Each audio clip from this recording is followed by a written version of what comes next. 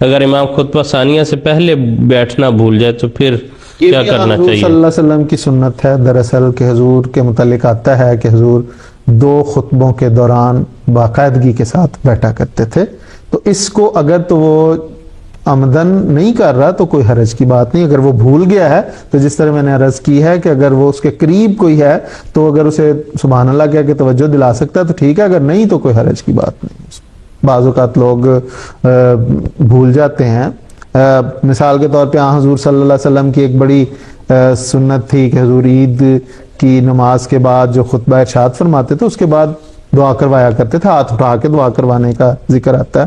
لیکن بعض اوقات ہم نے دیکھا ہے کہ امام بھول جاتا ہے اور کوئی حرج کی بات نہیں. توجہ دلانے پہ اگر انہیں توجہ دلا دی جائے کہ دعا کروانی ہے تو کروا دیتے ہیں، اگر نہ بھی کروائے تو کوئی حرج کی بات نہیں ہے. مجھے یاد ہے ایک دفعہ حضرت خلیفۃ مسیح رابع رحمہ اللہ نے عید پڑھائی اور عید کے بعد حضور نے خطبہ ارشاد فرمایا اور خطبہ ثانیہ ارشاد فرمانے کے بعد عید مبارک کہہ کے السلام علیکم کہہ کے تشریف لے گئے.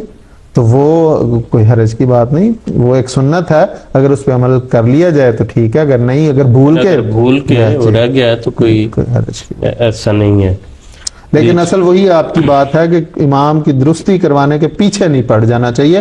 نماز میں بھی یہی حکم ہے کہ سبحان اللہ کہا جائے، اگر توجہ ہو جائے تو ٹھیک ہے، ورنہ خاموشی سے اس کی اقتدا کرتے رہو. یعنی اسلامی تعلیمات جتنی بھی ہیں جو بھی ہمیں ان کا خلاصہ نظر آتا ہے وہ یہی ہے کہ امام کی بہرحال اتباع کرنی ہے، اس کا احترام کرنا ہے ہر لحاظ سے. مثلا اگر جو ہے نماز باجماعت کا وقت مقرر ہے تو اس کے لیے کسی کا انتظار کرنے کا اس طرح کوئی ارشاد نہیں ملتا سوائے امام الصلاۃ کے.